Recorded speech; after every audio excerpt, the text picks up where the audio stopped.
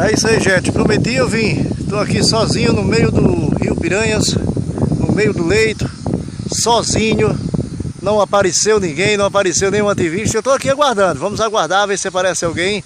Mas a luta continua para quem acredita que a luta vale a pena. Então vale a pena estar aqui, vale a pena lutar pelo bem precioso que é o Rio Piranhas.